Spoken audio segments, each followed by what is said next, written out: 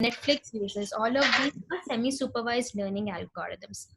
So here, it is a combination of supervised and semi-supervised. Sorry, supervised and unsupervised. So basically, the data that we have, most of the data, we can get it in an unlabeled format. So you can get the entire bulk of data, but you might not have it labeled. For say, I have a collection of photos, and these photos, maybe few of them might be tagged, saying this is X, this is Y, but the rest of them might be just a collection. So in such situations, when we have to do image recognition, we can't just use supervised learning, because that is the most efficient to come up with an accurate model. So in such situations, we initially try to train our data first on the supervised algorithm. By using whatever labeled data that we have, we try to come up with a model, and then try to fit in this model for the unlabeled data as well. That is what semi-supervised learning does. Then reinforcement learning. Reinforcement learning is nothing but learning by gratification or learning by reward. So basically, when a user interacts with, when a robot or any particular thing interacts with an environment, the output that it gets from it, either a positive output or a negative output, based on that, it tunes itself to the next step. So it learns from its own actions. That is what reinforcement learning is. So let's go ahead into each of these in a little more detail. So this is how a supervised learning algorithm works. So basically, we have the training data along with the label. So basically, in supervised learning, it is a labeled data set that we have. From this training data, using our data preparation and pre-processing approach, we try to determine what are the accurate features that we can use. And we come up with the entire feature set.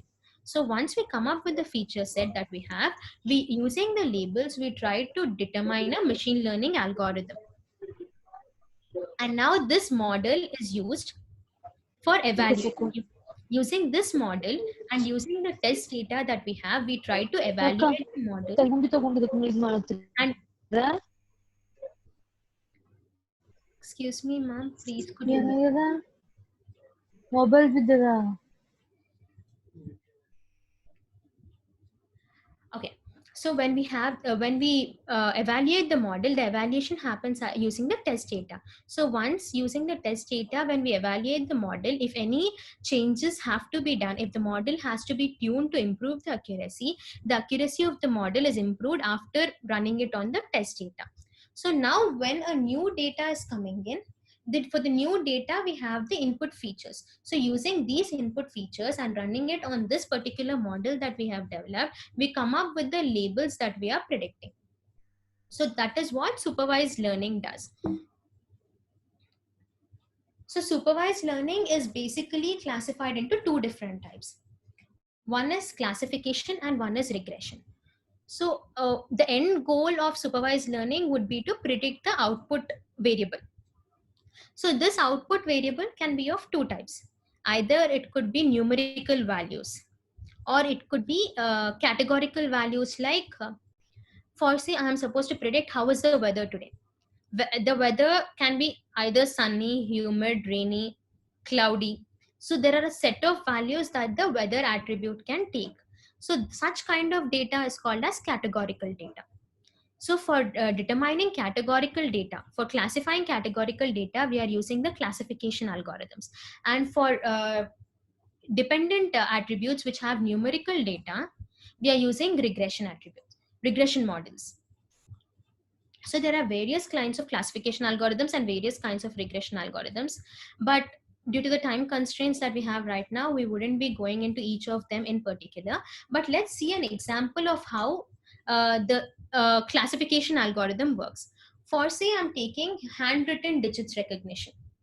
So handwritten digits recognition is we have the digits 0, 1, 2, 3, 4, so on up to 9. So when there are images of all these handwritten digits in multiple formats, so not everyone writes a number in the same way. If you have multiple images of these, you're supposed to digitize that and figure out what is the new digit that is coming in.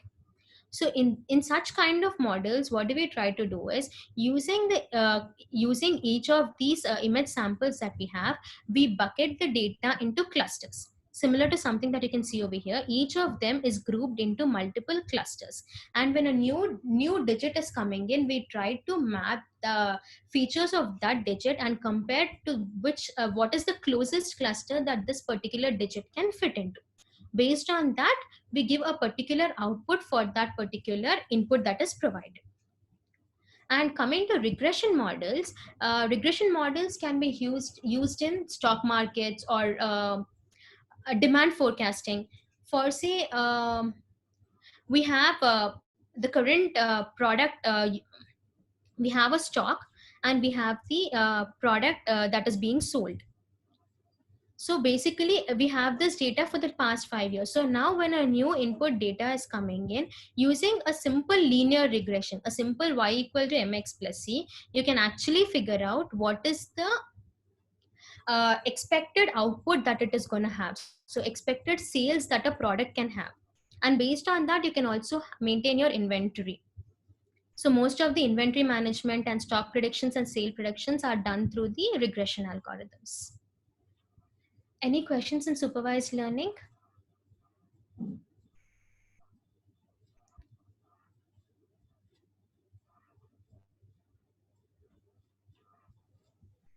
So I'll Go go ahead. ahead with, sorry, I didn't hear you, sir. Yeah, you can go ahead. Yeah, thank you, sir. So now we have unsupervised learning. In unsupervised learning, we are taking the raw data. This data is unlabeled data. So we are taking this unlabeled data, extracting features out of it, training the model, and then evaluating the model using the test data. So now when a new data is coming in, using the features of that new data, we are trying to see into which particular cluster or which kind of category is this new data falling in. And based on that, we are coming up with, if we have for say one ball out of these 50 balls that are already clustered into 7 different groups. Now this particular ball that is coming in is very close to the 6th cluster. So the output of this would be the 6th cluster. So how do we come up with this particular algorithms? So we have unsupervised learning algorithms. So there are clustering algorithms and association algorithms. So clustering algorithms are basically using the data that we have. They try to find the features and also how close these data points are, how similar they are to each other. And based on that, they cluster them into multiple different groups. So any new thing that is coming in will fit in into one of these clusters. So that is what k-means clustering does. K-means clustering is nothing but using the distance approach. For every point to every other point, we are going to find the distance and come up with the closest cluster the point can fit into. That is what the clustering algorithms do. Then coming to association algorithms try to define rules. For say, let's take an example of detecting fraudulent transactions in banks, or when a credit card transaction is done, how do you detect it's a fraudulent transaction? So this is done using unsupervised learning with association algorithms. For say, we can define few set of rules. If I have done a transaction now at 4 o'clock in Hyderabad, and tomorrow and immediately in the next 15 or 20 minutes, I'm doing another transaction from a completely different location, for say Sweden or Germany, then automatically such kind of conditions can be marked as rules in the association algorithm, where it says in this short span of time it is not possible for a person to do transactions from two different locations. So such kind of transactions can be detected as fraudulent transactions. So association algorithms can be used mainly for fraudulent transactions, or for determining anomalies in a data set. For say, there are multiple points that I have in the data, and few of the points could be some abnormalities. So there can be rules that define the conditions that the data has to follow. If anything is out of this condition or isn't following those rules, is something that is detected as an anomaly using the association algorithms. So going ahead, Semi-supervised learning algorithms. Semi-supervised learning algorithms, as we discussed before, is a combination of supervised and unsupervised. So here we have a combination of labeled data and unlabeled data. So what do we do over here is, first we train the model with the labeled data and use this trained model for giving labels to the unlabeled data. So first the model is trained using the supervised learning approaches, either classification or regression approaches, and also parallelly the unlabeled data is trained using either clustering or any other algorithms where the entire unlabeled data can be grouped into different categories. Now this group data can be given labels based on the model that is generated using the labeled data. Now, after this part is done, the entire data is labeled and we get a final model that is prepared. And this approach of using a combination of supervised and unsupervised data is semi-supervised algorithms. For say, these can be used mostly in medical diagnosis. When a doctor is looking through CT scans or MRIs, it is not possible for a doctor to look through everything and determine if there is some tumor in it or if there is some disease that is detected. So when we can have a limited data set wherein it is humanly intervened and detected, and says that for say these set of CT scans, for from if I have 1,000 set of data, in that 100 may be a trained data wherein it says for 100 of these CT scans either there is a disease or there is no disease. And now the remaining 900 data points have to be determined based on these 100 data points. So this is what most of the tumor detections or speech analysis also does it the exact same way, wherein it recognizes or captures the way you are pronouncing and the way the speech is for few sample points which are tagged. And for all the remaining data that is coming in, it tries to find a comparison between the existing and the new clusters and labels them based on the labeled data. So that is what happens with semi-supervised learning algorithms. So next, going ahead, we have reinforcement learning. So over here, any agent that is learning, for say a robot or anything, it performs an action, and based on the external environment, either it could be a human or any other intervention, which gives it a response, either a positive feedback or a negative feedback. It decides what step to perform next. So the reinforcement algorithms are used in many places, as in most of them can be in gaming field. As we discussed in the history, there was a tic-tac-toe, a game which can be tuned using the reinforcement learning. So every step that a person takes, it determines what is the outcome of this step. Is it a positive step or a negative step? And based on that, it decides the next move that has to be made. So it is a sequential decision making that happens, and each of the decision that you make, the next step that I'm supposed to take is mainly dependent on the current step that I'm taking. So all the decisions that are made are dependent decisions. So this can be used in robot navigations and gaming industries. Finally, let's quickly run through a couple of applications of machine learning. If we have to see the applications, there are multiple applications for machine learning, like the recommendation systems, the fraud detection systems that we already discussed, or email spam filtering, which is very popular, and which Gmail or Yahoo or Outlook, most of these sites are doing it. So how do they perform each of these? Let's say we are taking recommendation systems. Recommendation systems are very popular with Google, YouTube, the way it recommends its videos, or Netflix, that the way it suggests us the next things that we can view. There are multiple different algorithms that it can use for coming up with these. The key algorithms are collaborating filtering and content based systems. In collaborative filtering, it is totally dependent on the past input of that particular user. Based on my previous history of what I'm viewing and the time that I'm viewing for, that thing becomes an input for the system to give us the next recommendations. For say, I've been watching a lot of dog videos, so immediate recommendations that I would see would be of the similar dog videos, of the similar kind, or of the similar timings. So that would be collaborative filtering. This collaborative filtering can be memory based or model based. In memory based, as I just said, it is totally based on the past memory. When it comes to model based data, it doesn't have to just take the past history, but it can also consider the user input. In the sense, the user's preferences or the user's interest can also be considered.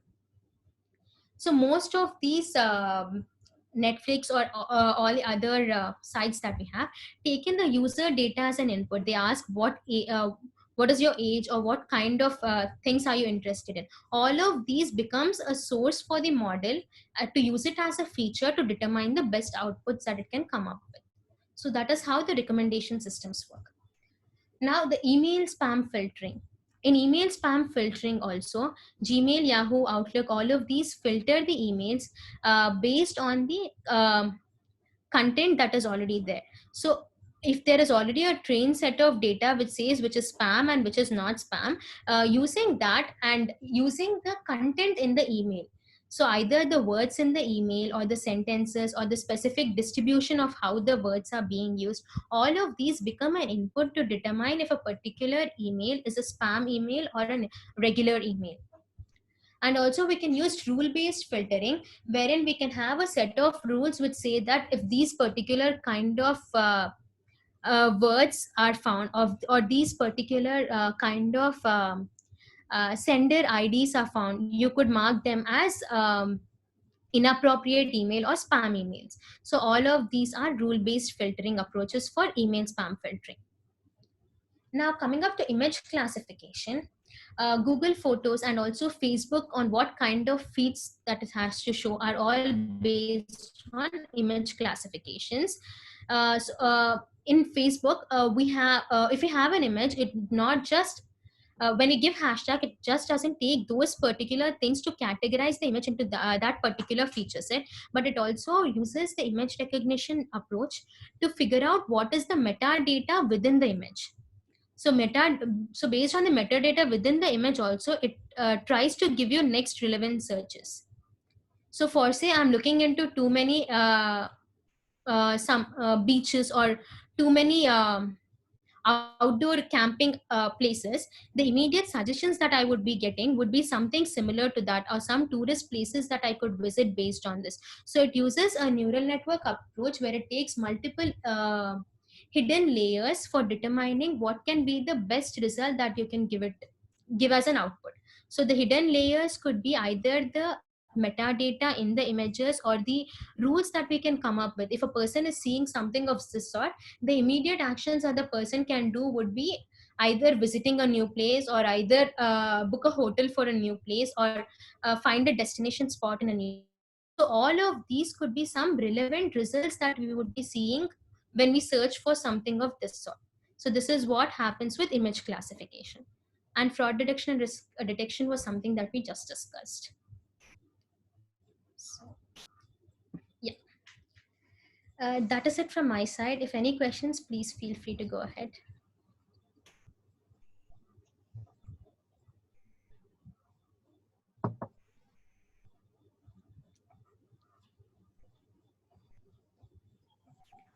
Any If there are questions? questions, you can unmute yourself and you can proceed. Thank you. Is everything clear, sir?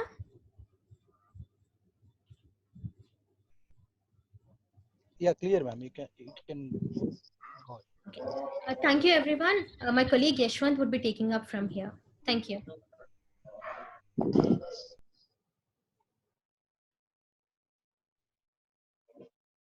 Hi everyone, good afternoon. Good afternoon, sir. Good afternoon, sir. So I know that it's yesterday, one of the feedback that I got was 2 hours is a very long period of time for anybody to stay focused. So some of them actually said, can we take like a 5-minute break and come back? So I decided to start my session with a video, which is also important for the rest of the session, so that we will have both some time for people to stretch their legs, and also uh, without disturbing the flow of the presentation. So I will start my session today with a small video that talks about, a chat bot. That will be the topic of our conversation today. So if somebody wants to get some water or stretch legs, please feel free. This is like a 2-minute video, but be back by end of 2 minutes. All right. Anji sir, can you just tell me if you can listen to the audio once? Today, the world is Yes, sir. Yes, sir. Sorry. Yes, sir. We're getting it. You're getting okay. So I'm playing the video now. hyper-connected. A new problem has arisen, the need for real-time solutions. Customer support has been reinvented, and the focus is on users' true needs and wants. AgentBot is the expert in customer support powered by artificial intelligence. Artificial intelligence? Of course. Artificial intelligence models relationships on what a person would do to find information about something that interests him. AgentBot understands natural conversation, thinks, selects information, and presents alternatives to the search or question, similar to how a human would act. AgentBot Cognitive Intelligence is the artificial intelligence in charge of finding an answer of information, part of a user question, interpreting the language, and maintaining a coherent conversation between the person and the virtual assistant. AgentBot talks to people, understand the intent of each user question, or comment naturally. Let's see how it works. AgentBot fixes errors and deformations. It identifies relevant meanings. Then, AgentBot uses neural networks to understand user intent, evaluate the importance of each word, meaning, and find the best solution for the user. Customize each experience. Use customer data or carry out actions on the apps and tools you already have. AgentBot holds fluid conversations. It understands informal expressions and makes long conversations with your customers simple, empathetic. AgentBot uses machine learning technologies. It learns from every user interaction. New words, meanings, ways of asking, regionalisms. Accuracy improves every day. It also uses these self-learning techniques to identify what the company should modify or add to improve the customer's experience every day. This makes it easier to train the virtual assistant to be more and more expert. The world of communication is expanding to more channels every day, and each meeting point generates more contacts and new needs. Users express themselves, ask questions, discover, and explore. It's time to create a new kind of customer support. It's time for AgentBot. All right. So I hope everyone is back after a bit of technical session. Let's get back to, in fact, some more technical stuff. Today is going to be, a lot of implementation side things that we wanted to get into. Okay. So here's what we were talking about yesterday, right? Yesterday we spoke about a lot of context in terms of how AI can be used in the real world without getting into too many of the technical details. But today we are going to make it a little more implementation layer on what exactly is a use case, how does the industry package such use cases. My colleague Prahalya kind of took us through the building blocks of the algorithms and some of the terminology that goes and that gets captured in actually implementing these solutions in the real world. So here is a very famous industry example that evolved at a very fast pace. Chatbots, if you think about it, maybe even 5 years back, it was a very small set of companies that were using chatbots, and it took some time for it to evolve, but now it's become such a commoditized thing that whenever you go to a website, even if it's a startup, even if it's a small company that just has a website, chatbot has become like a ubiquitous thing. Everybody is using chatbot, right? This company agent bot, which we have just seen the video for, has chatbot support in almost 50 languages. By the way, we don't have any affiliation with chatbot. This is just an example that we thought was appropriate for this conversation. The video also was very elaborate in terms of explaining how it's a self-learning system. The more people keep interacting with this technology, the better it keeps getting, right? So that's why it could have taken, to reach 50% accuracy, it might have taken 5 years, but for it to get to the 75% accuracy, it might take just 1 year. And then from 75 to 85%, it will take just 6 months. So the pace at which these technologies learn is just insane, because you are constantly having a system that is gaining a lot of information. It is processing all that information, and it keeps getting better and better. And that very beautifully explains why chatbot, which was a lot of people used to talk about chatbots to be a very difficult thing at one point in time, but now it's become so commonplace when you interact with any kind of website. Swiggy has chatbot, right? Most of you must have waited in the service queue, and you must have started talking to a bot. And then after a certain point, once you select a certain combinations, that's when you get onto the real line where you're waiting for a real customer expert. So the core of chatbots, right?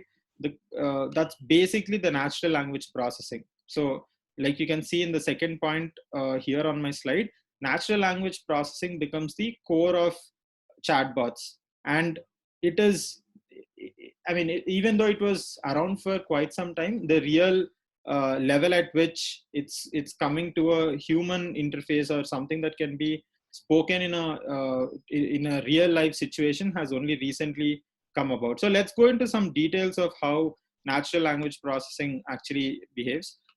Before that, these are few applications. You must have come across chatbots in several fields, be it in the service industry where it is used 80% of the time.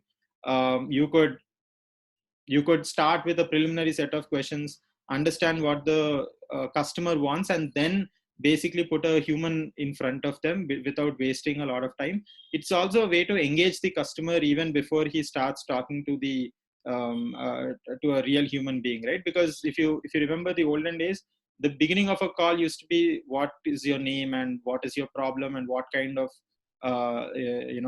difficulty are you facing and why did you call us, which is now basically covered by a chatbot. And once the human picks up the phone and starts talking to us, he already has a lot of context around what is my problem, where am I coming from, what was my order. Everything gets loaded onto their computer, and they can quickly get into helping us without wasting a lot of time.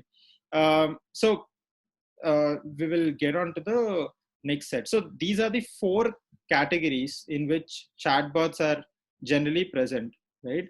So if you look at the x-axis, I have what I call as a response mechanism. So in response mechanism, it's either retrieving responses, which means there are pre-canned responses. So a question could be saying that a simple response, retrieving response could be like, hi, how are you? And then the response to that could be a standard, good morning, how are you? Right? Independent of what a question is, it's not creating a new sentence. It's just pulling out from a database and saying, if I get this, then I'm gonna respond by replying with a certain fixed set of sentences. The second phase is generating responses, wherein the machine intelligently creates a sentence and then gives it back to you. So that's where the retrieving response is simple SQL, right? You have a database and you can technically store everything that is possible. Say suppose the chats that are coming on the chat box, right? Bhaskar sir just said good afternoon. So for good afternoon, it could be a simple response saying, whenever somebody says good afternoon, then the response has to be simply hi, good afternoon. And then it's basically a search. And if say it's good evening, then it could be a simple search which says, if somebody says good evening, respond back saying hi, good evening. But when it comes to generating response, the question can be something like Karthik sir has just said, can chatbot make decisions? Now, when somebody asks that question, it's not a simple database search wherein I can look for the same set of words and then make a decision and say that, this is what my decision is, response is going to be. I have to, or the machine has to think through it and can, and it has to compute a new response and then give it back to the person who's asking. Karthik sir, I'll just get to your question. Just hold on for a second. So these are the two levels, and obviously retrieving is a very simple format. Generating is the tough part, and that's where a lot of research goes in. On the y-axis, as you can see, there is a closed domain and an open domain. This is a very, very important aspect. Okay, so what is a closed domain and what is an open domain?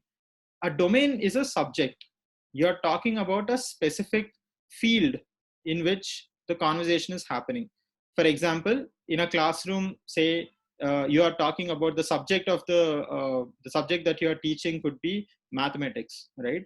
You are talking about mathematics and the domain is fixed to mathematics. You are not expected, or the conversation between the student and the faculty member will not involve topics like economics, terms from economics, or terms from industry, terms from say power sector or mechanical sector, or none of these terms come into picture. It is a very closed domain in which the conversation is happening at a very highly technical level.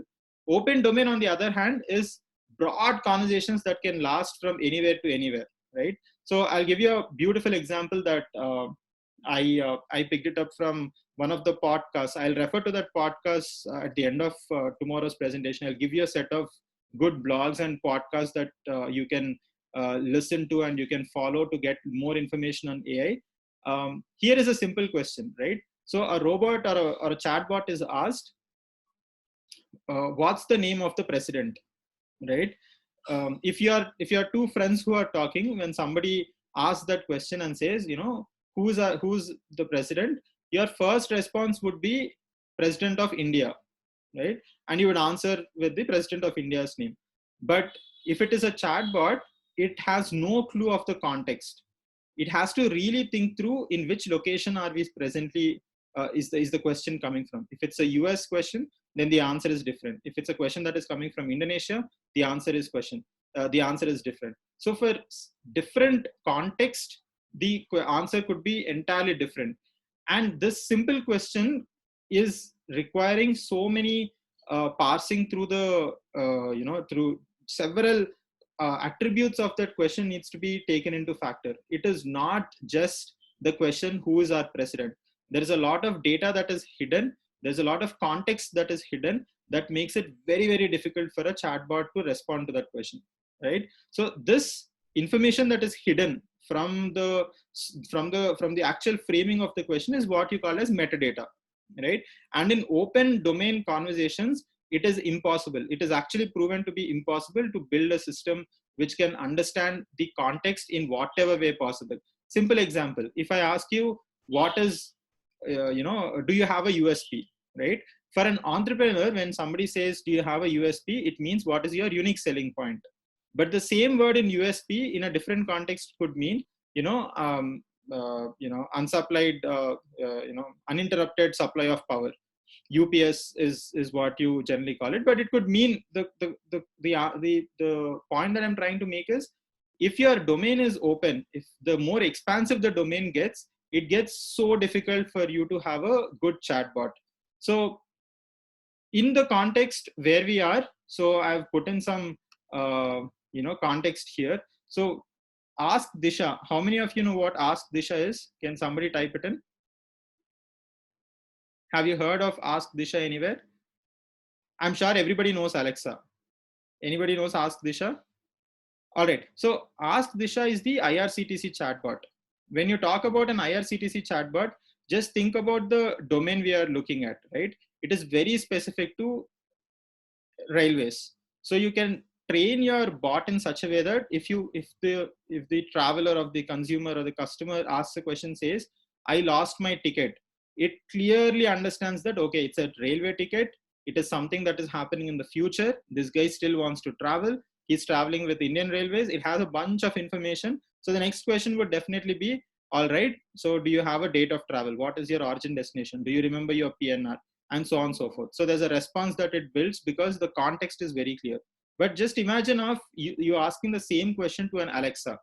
If you say, I lost my ticket, it is going to start asking you to rephrase the question, or it's going to say, I cannot follow you. Can you tell me what ticket is it? Is it a ticket with Amazon? Is it a ticket that you are going to fly somewhere? Is it a ticket to the museum? What is the context?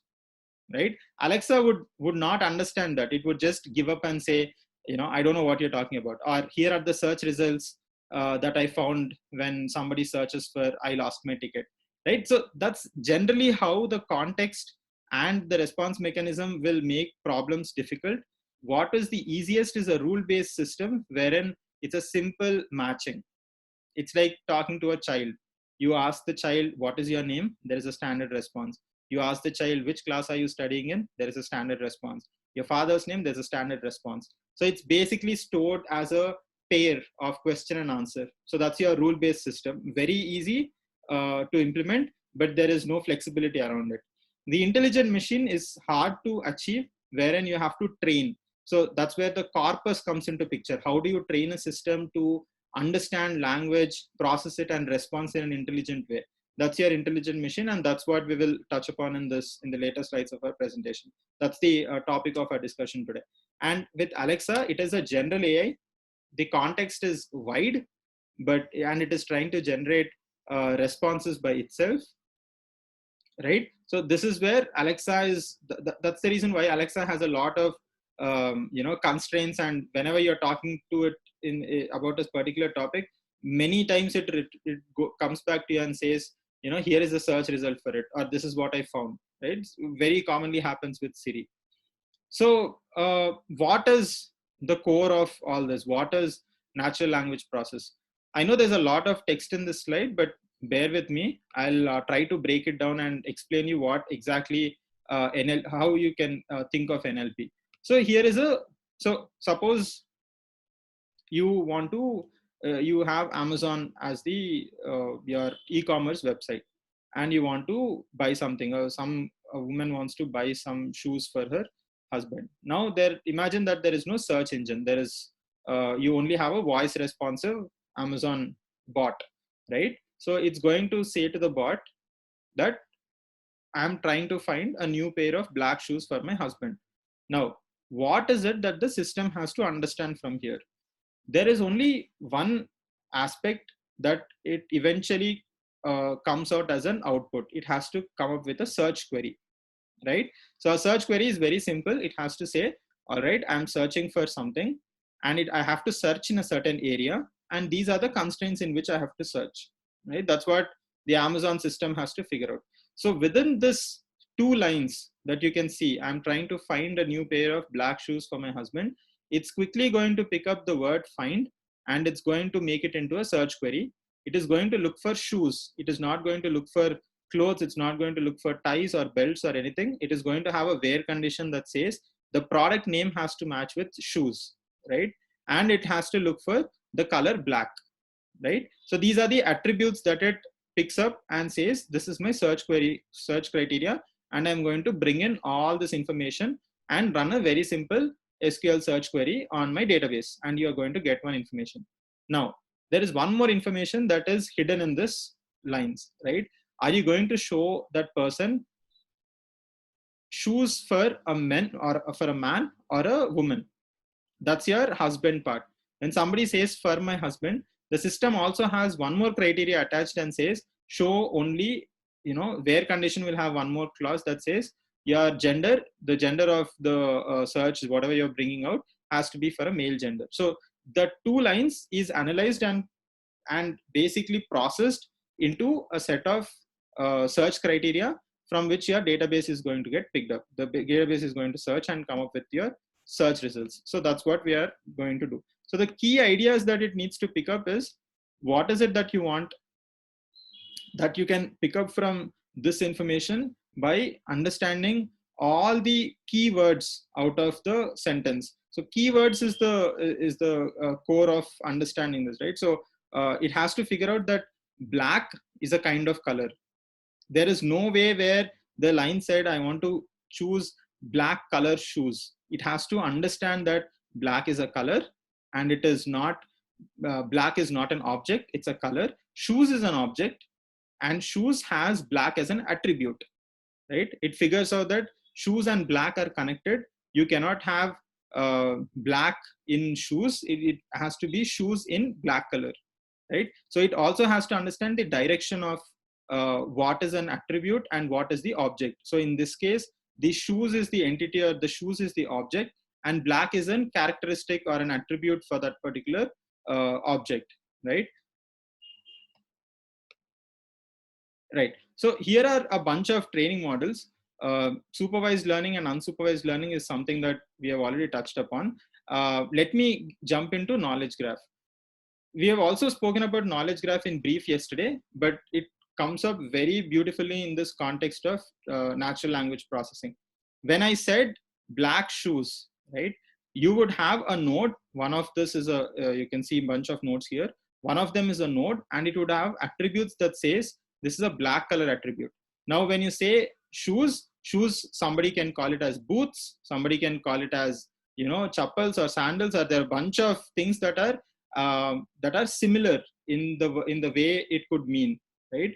Now, all these have to be specifically connected to each other, because when you're referring to shoes, the shoes could mean any of the footwear. Somebody could come and says, I want to buy black footwear for my husband, right? Whether they are using footwear or shoes or you know, Oxfords, any of these words would technically mean the same thing, right? So all these words are essentially connected, and this connected structure is what we call as a knowledge graph. That's it's very simple to understand knowledge graph that way, right? So you have all these similar meaning terms together, and you have a bunch of attributes that are surrounding them, and that's what you call the huge combination of such knowledge base is how it's stored in as a knowledge graph. So that's where knowledge graph has synonyms, it has alternatives, it has relationships. Yesterday we were talking about this example where to Lendy website, when you have a bunch of links pointing to them, there could be a bunch that is pointing from professors, there could be a bunch that is connecting from NAC and NBA, the regulatory authorities. There could be a bunch that is being pointed out from social media, from students. So all these connections are very defined connections when it comes to a knowledge graph. When it comes to a typical internet or the web, World Wide Web as we know it, there is no type of relationships there. And knowledge graphs are generally used only when you have massive amounts of data. It's what we call as a web scale of information, when you're trying to store it with a lot of attributes and with a lot of you know, named connections between 2 points. That's when we get to the knowledge graph as a data structure.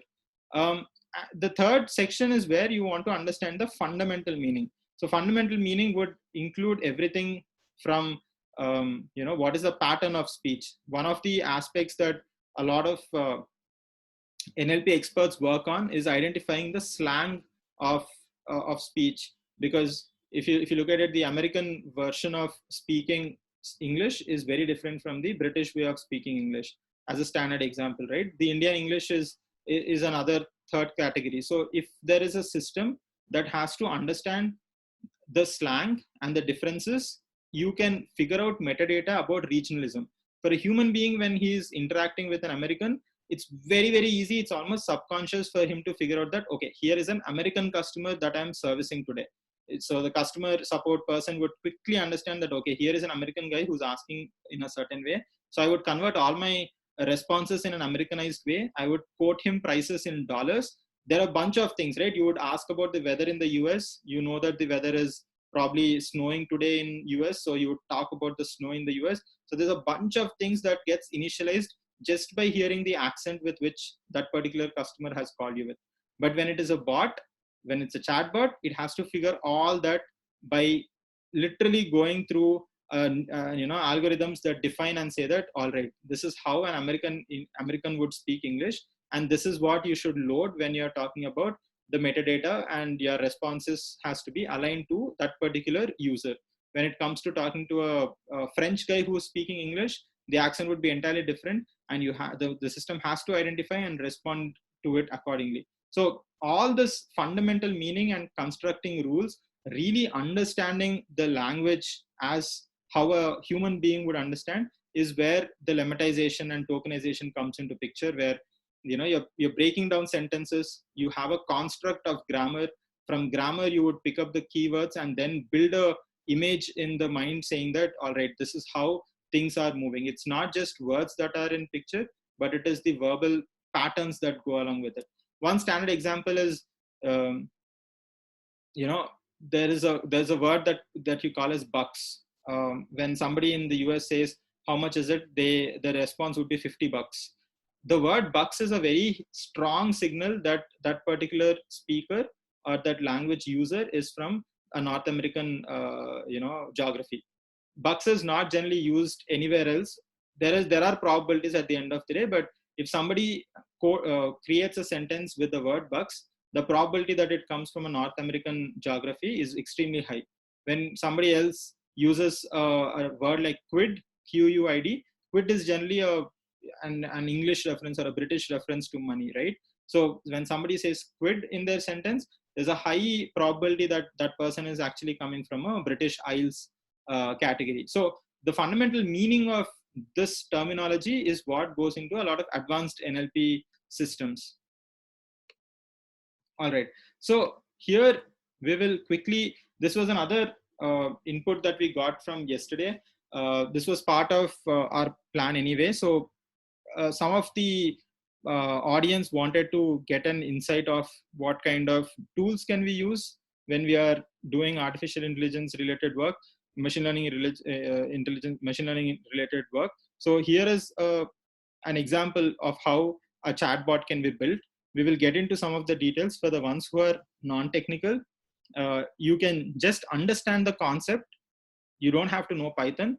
I'll explain you how things are flowing in a simple way so that you can just listen to it as if there is a student who wants to implement it, or if somebody is presenting some information that is related to chatbot, you know what kind of questions to ask. If there is an industry requirement that somebody comes to you with, you can quickly, with this knowledge, you can quickly say that, hey, you know what, this is the kind of things that you could use. You put together these things together, and then you would get a output based on your requirement. So just look at it for the next 30 minutes in a very, even for the non-technical ones, just look at it to try to understand what is going within the machine, and I can assure you that you'll understand most of it. If you have any questions, obviously feel free to ping or raise your hand, and we can have a conversation around it.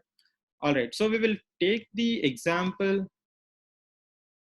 Okay, so here are the basic toolkits that are required.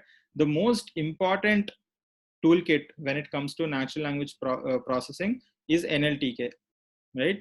NLTK has pretty much every function, every library that you require to do any kind of natural language processing. It's called NLTK. It stands for Natural Language Toolkit.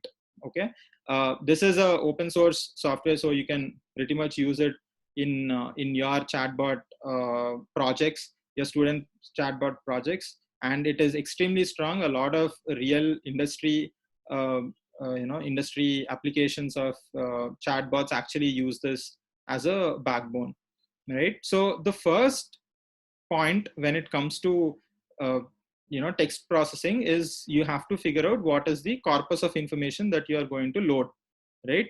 Corpus of information is everything that can mean your previous, if you already had a chat interface with real humans, what were the questions that the customer asked and what was the response that your customer support team has given. All that is historically stored, correct? All that becomes an input to the learning module of your chatbot, the AI chatbot. This is what we call as a pre-processing. We have information from emails. Most support happens over emails before AI chatbots came into foreplay. So they would have all the information that is present in your existing systems in your previous processes, and you bring it down into the corpus of information that pre-processes for your NLTK to pick up. Here is where uppercase to lowercase transformation happens, right? Because most algorithms do not actually differentiate between uppercase and smaller case. There is no language level. There is not a lot of difference that a system takes into account. Tokenization is where you break down complex sentences and sentences into terms that are understandable by the machine. And then you have noise removal, stop words. Stop words are all, question marks and full stops. How do you break it down into sentences and then to start trying to understand it? Okay, so these are, okay, we will go directly to the example. I think that is better.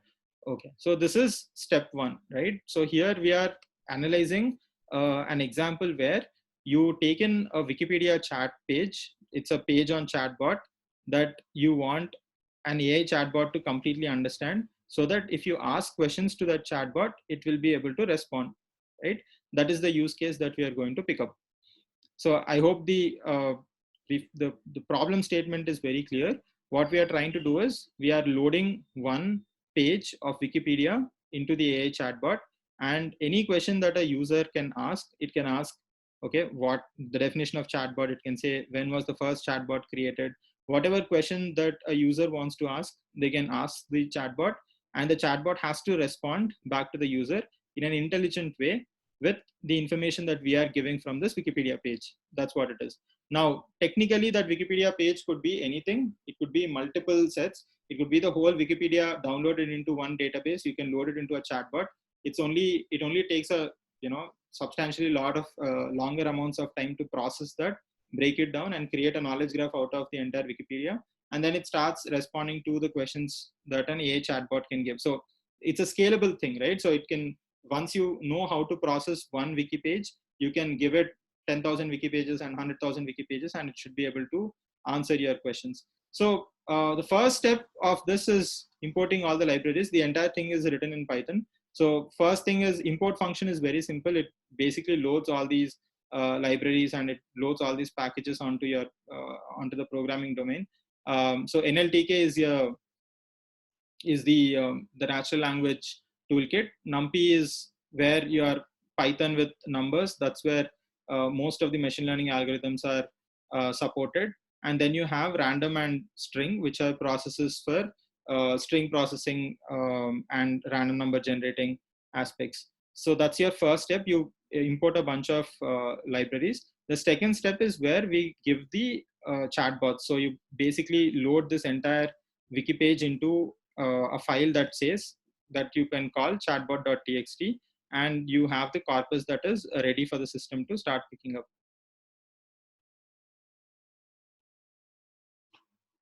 So this is supposed to be step 3. I don't know why this is.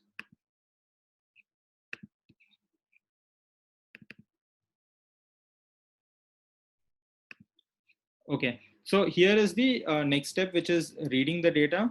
So the program that we are writing here basically reads the entire chatbot.txt, the file that we have given.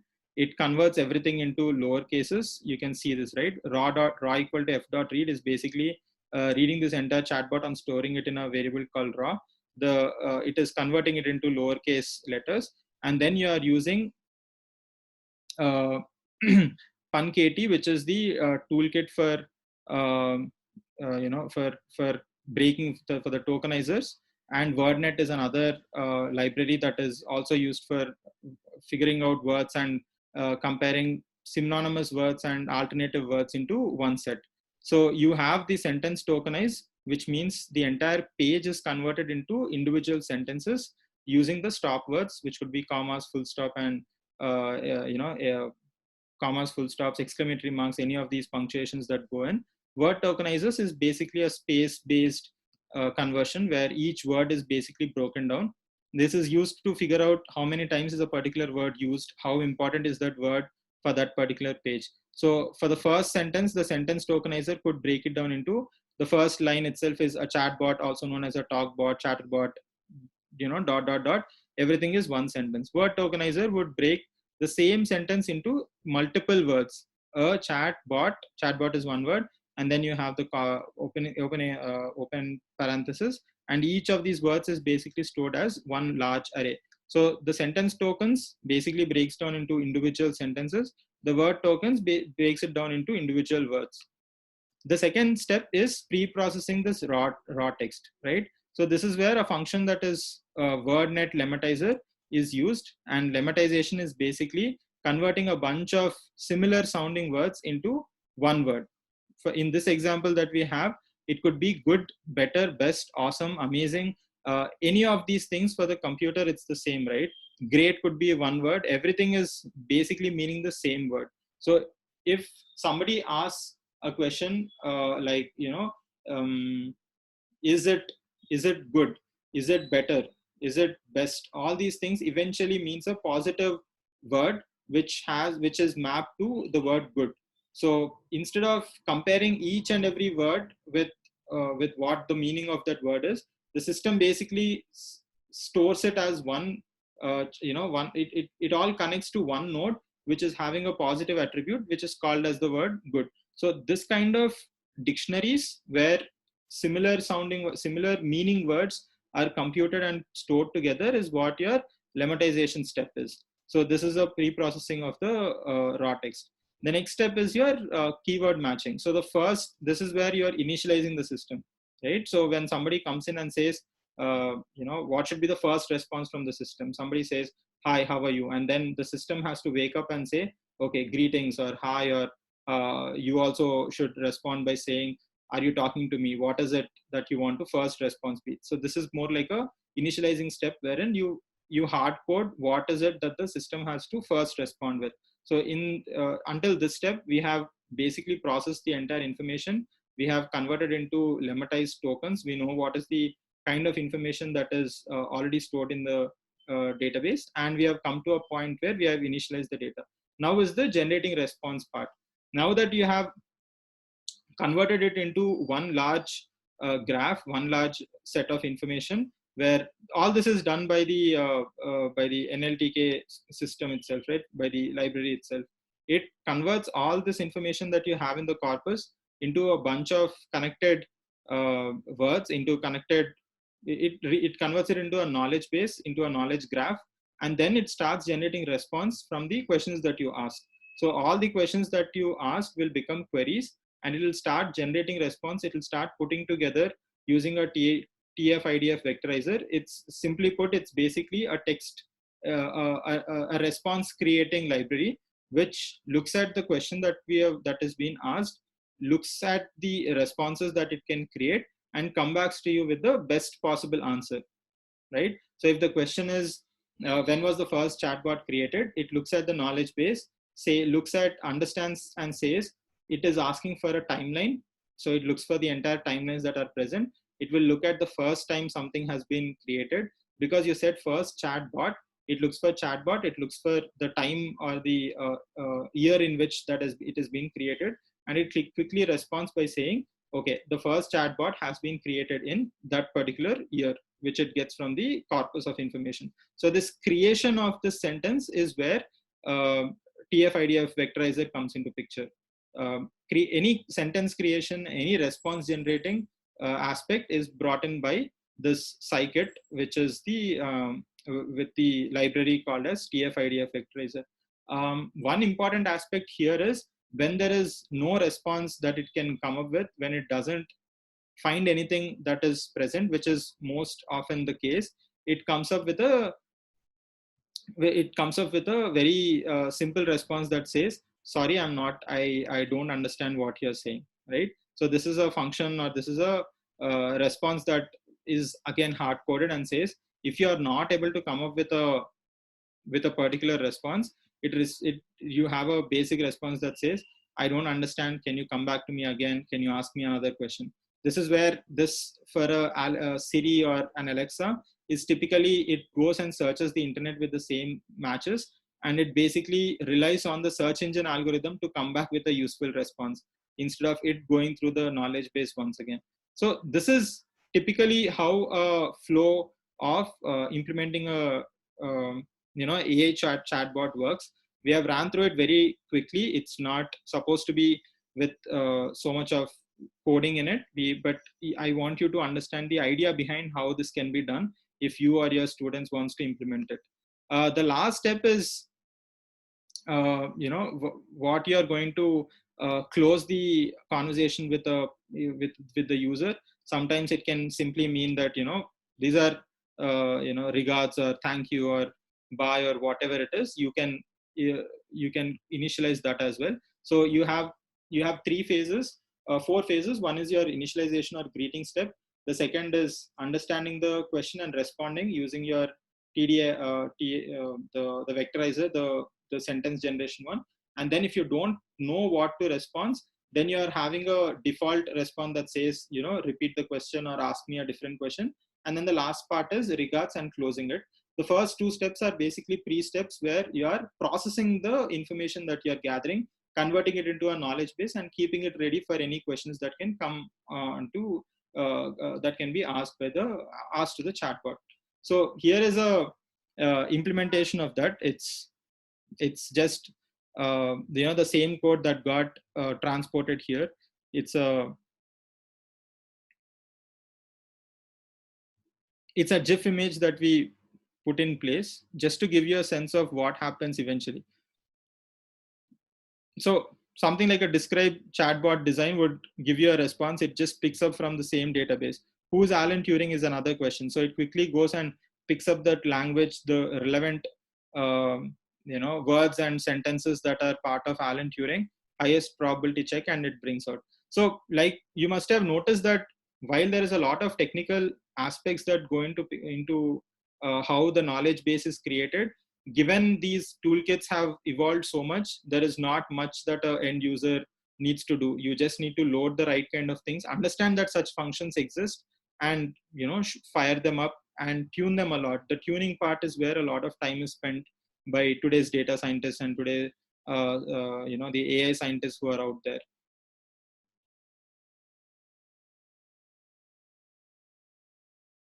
Any questions?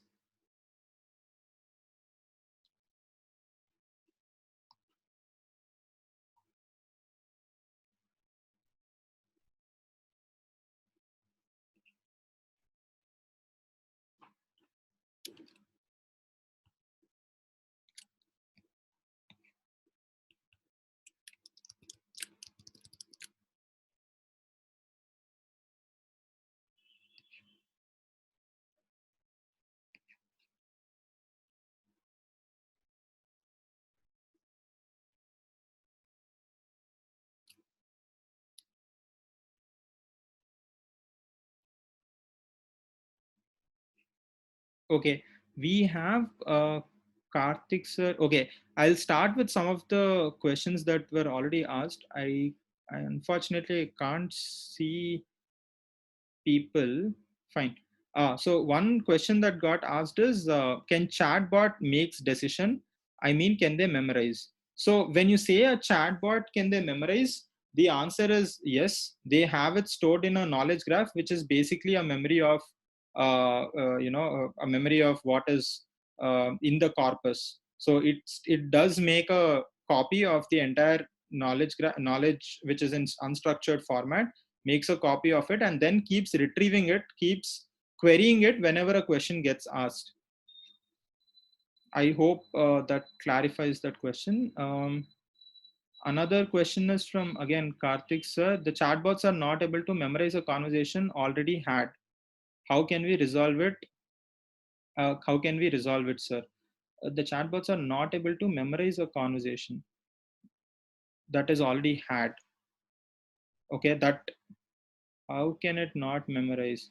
It could be that the system is actually marked without. Okay, so one of the common mistakes that I've seen happening is you need to give it a start time and an end time. If you're having a set of conversations, say suppose I load the conversations that I have with multiple people on WhatsApp, I take a download of it and then I give it to a system. It's very common that it is all loaded into RAM before it is processed, right?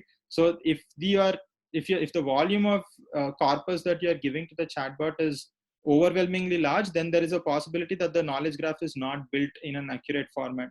So you have to look at your system requirements and the error log that comes out of your Python code.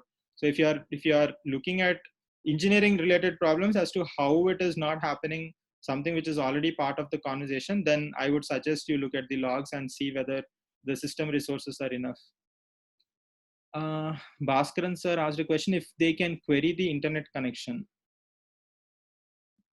Internet connection. I don't know what that means. If they can query the internet connection. What do you mean, sir? Can you directly ask that question by unmuting yourself?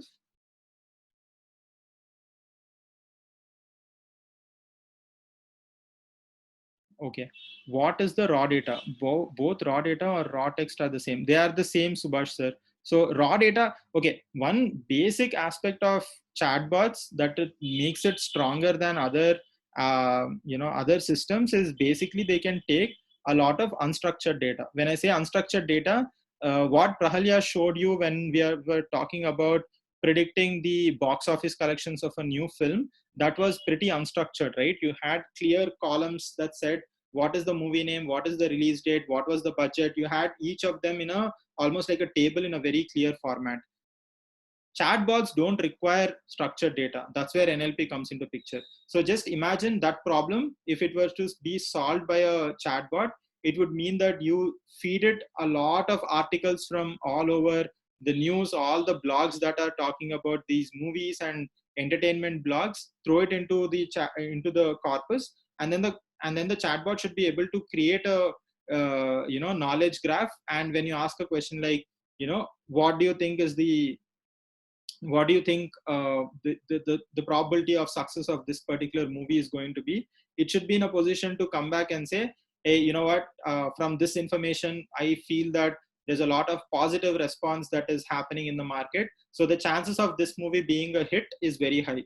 So this is where Twitter sentiment analysis basically comes into picture, right? So a lot of people do Twitter analysis whenever there is a new campaign or a new movie that gets released, because people tend to tweet about a lot of what they feel about these things on Twitter. And once you have enough volume of this information, you can come and conclude as to what is the trend that the market is seeing. So this NLP and natural language processing, the same steps are used, but instead of an AI bot, you try to come up with a sentiment analysis at the end of the day. You try to figure out whether it is, whether it is a positive sentiment or a negative sentiment. What is the raw data? Okay, Bhaskaran sir, again, question one: Can they query the internet and interpret why should they build or how should they build? Chatbots can query the internet. Why should they build a knowledge graph?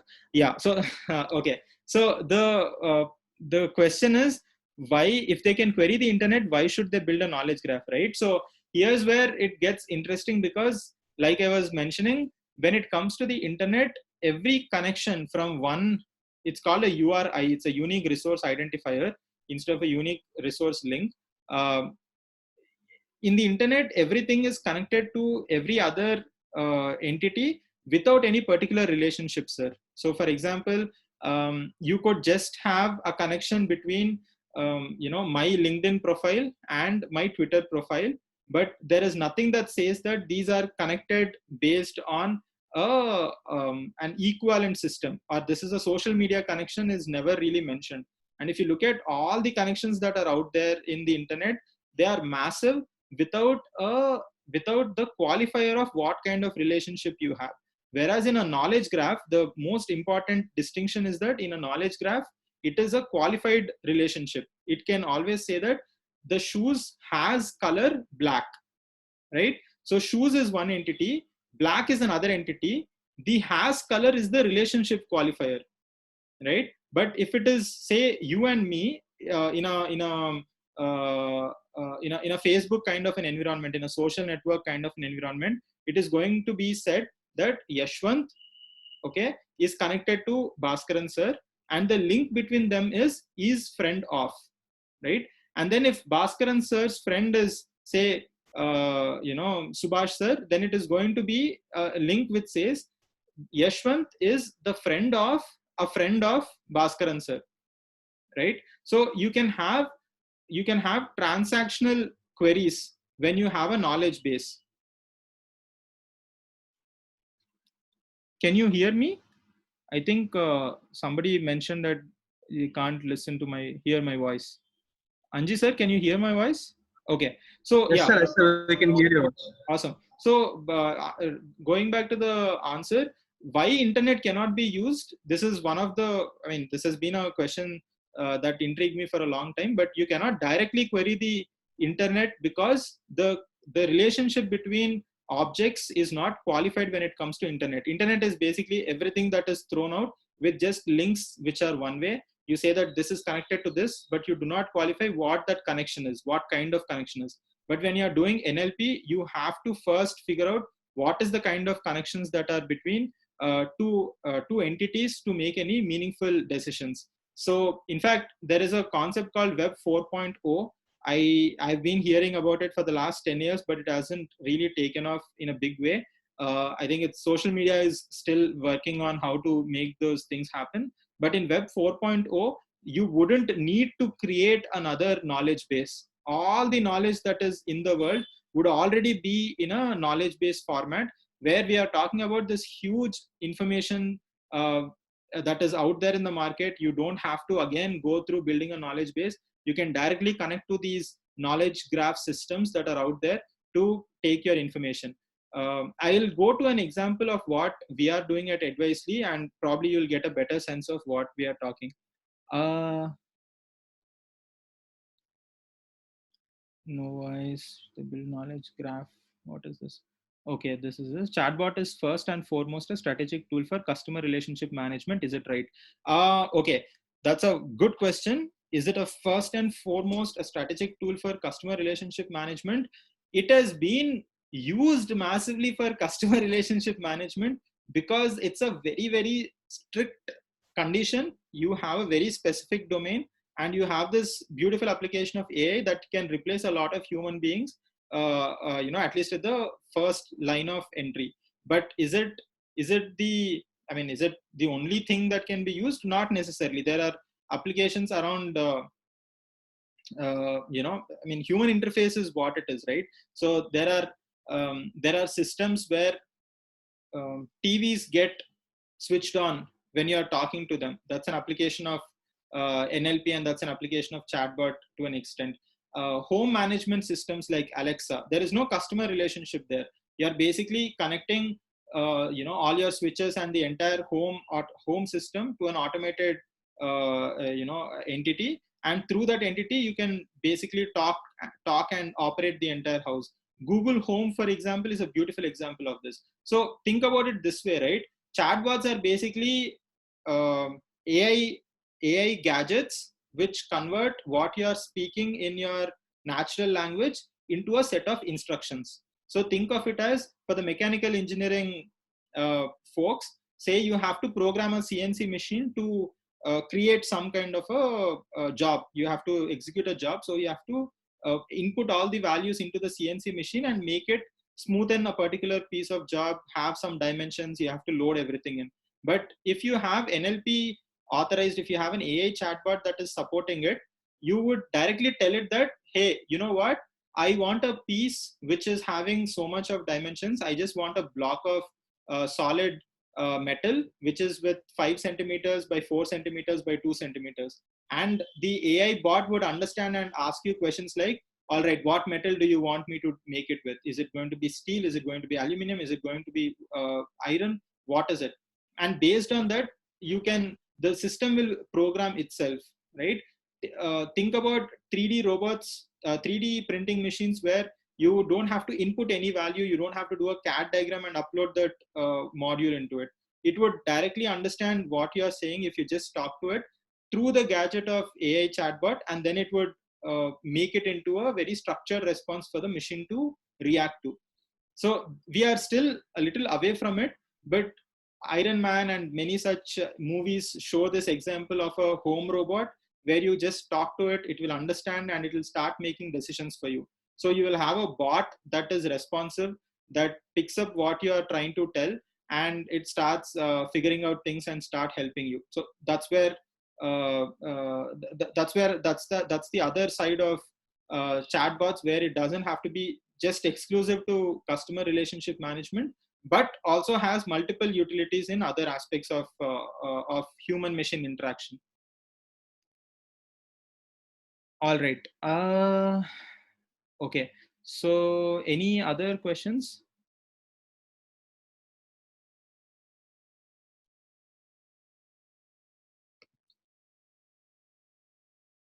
Okay, if it's already 4:58, so what we will do is there are just few slides here.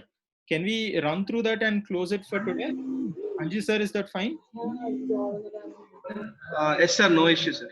Okay, so a learning use case for knowledge graphs is what I wanted to touch upon. So here is a classic example of personalization that we could use in learning, right? So if you look at how a textbook operates, a textbook approach to teaching a set of concepts, right? Say this end concept, the one that you're seeing in orange color is, say, a topic like say Kirchhoff's law. To understand what Kirchhoff's laws are, it would start from a predecessing step, which could be current, and then the previous step, which could be voltage. And to understand voltage, you need to understand potential difference and charged bodies, and so on and so forth. If you look at how a textbook is built or written, it is in a very linear approach, one page at a time, one concept at a time. In a classroom, as a faculty member, you would know this extremely well. You would be bringing in concepts from real life, like how we've been talking about, right? We would quickly bring in a concept of COVID to explain false positives and false negatives, because it's very contextual. So there are entities that you bring in because you know the pulse of the class, you know what they are going through, you know how they are reacting, you know what is the news and what is the real life scenarios that are happening. So in a classroom approach, there are a bunch of things that you bring together. You emphasize few concepts, you skip on few concepts, you bring in something from a movie or something from news, and then you try to get to the same concept, which is eventually explaining Kirchhoff's law. But imagine the way humans actually learn. Human learning happens in multiple facets. When you are trying to get to the same Kirchhoff's law, you would think about the bulb that you have fixed at your home. You think about the batteries and LEDs that you played with when you were a child. You have a bunch of things that go together, and you start really visualizing how current flows, how things happen, and your brain is actively engaging in learning. So the true learning path for a student is generally extremely complex. A lot of things goes into picture for understanding a particular concept. So when it comes to knowledge graph in learning, imagine all the engineering concepts are connected to each other, in just like how we are talking about with the chatbot. So every concept, be it arrays, be it DC motors, be it C programming, be it any engineering related concept and their base requirements in mathematics, everything is connected together in a large knowledge graph that will enable a student to simply go and say, hey, you know what, I want to understand DC motors today, and you would get everything that is related to DC motors from the chatbot itself. It is going to show you, all right, if you want to understand DC motors, you need to understand what DC current is, what AC current is, who's invented DC, who's invented AC, how are they different, what is phase, etc., etc. All these things are brought into forefront because the AI understands, the chatbot basically understands engineering at a very, very detailed level. So this is what an engineering knowledge graph would be like, and the potential is huge, right? So you would start with the basic concepts, the larger concepts, the subjects, and then you go into the units, then you go into the topics, subtopics, super subtopics, and eventually the fundamentals of maths and science. And you would build this huge network of knowledge with the appropriate mapping and interlinking. So the interlinking could be something like, to understand voltage, you need to understand what potential difference is, you need to understand what charged bodies is. So all these are prerequisite topics, right? Without understanding one, you cannot understand the next higher level concept. So this is an example of what we have done with learning. We have put together a bunch of engineering topics together, pretty much the engineering syllabus that is covered in 5 departments: computer science, electrical engineering, EC, mechanical and civil engineering. And we have brought in a lot of concepts that are around learning objectives, outcomes, which are very relevant to NAC and NBA accreditation, and advanced topics that are used in industry, applications that are used in industry, the assessments that go along with these topics, and we put together a bunch of disciplines of almost 15,000 concepts and about 2 million notes that go into our knowledge base. The interesting part is when MIT came into picture and they said they can share their knowledge base also, their knowledge graph also, and together we can make a larger knowledge graph when it comes to engineering. So this goes back to how Bhaskaran sir was asking this question, why can't we directly access from the internet? Right now it is not free and publicly available, but through an API, you can crawl from one knowledge graph to the other knowledge graph and then start exchanging information between knowledge graphs. And eventually when there are a lot of them together, you would have a very, very wide volume of information, just like how internet works today. So yeah, eventually the personalization is where you would have graphs that are built to understand a particular concept. You would travel along these paths, just like how your brain works and how you would understand to get to a particular topic. Right? This is an example that we show to illustrate how a knowledge graph is built. So when somebody is starting with Mona Lisa, it would have relationship that says Mona Lisa is in Louvre. Louvre is a museum. Louvre is located in Paris, and then you know that Paris is a place. It is also the location for Eiffel Tower, and everything that goes with who painted Mona Lisa, where did he come from, what is he doing, their friends, and so on and so forth. So this is how a knowledge graph is typically built. Now, when it comes to an internet, you don't have these connections. You don't know whether that Louvre and Paris are connected, but you don't know that Louvre is located in Paris, right? The intelligence comes when you say that Louvre is located in Paris and it's not the other way. Paris is not located in Louvre, right? So you need to have these relationships, and that's what differentiates a typical World Wide Web versus how a knowledge graph works. Yeah, so this is how it's stored in the database. This is a real set of things that we've coded up. We have all this information that is part of our engineering knowledge graph, or advisory knowledge graph as we call it. So yeah, that's pretty much what I wanted to show as the application of knowledge graphs in learning as well. Any questions, sir? For anybody? If there are no questions, then we can wrap today's session. Participants, you can ask the doubts if you have any. You can unmute yourself and you can proceed.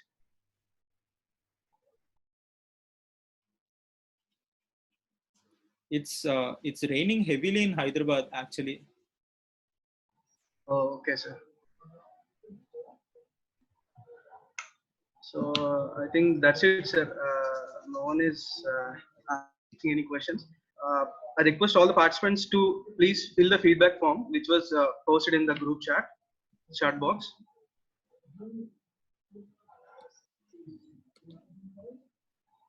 All right. So I will, if you, I think there was a lot of tech stuff that we discussed today. If anyone has any questions, I've dropped in my email ID. At any point in time, if you have questions or if you want to have any material that can help you with picking up more of what I just said, please do drop a note. I can share some more information with you. All right. Okay. Thank you, everyone. Thank you, Anji sir. Thank you, YVSS Garu. Yes, Sudhir sir. Have a good evening. Bye-bye. Thank you, Prahalya ma'am and Yashwanth sir, for this informative session on the second half of the workshop. And thus, I thank all the participants and speakers on behalf of Lendi Institute of Engineering Technology. And it's time to conclude today's session, and we'll meet tomorrow. Thank you. Thank you. Bye. Bye, sir.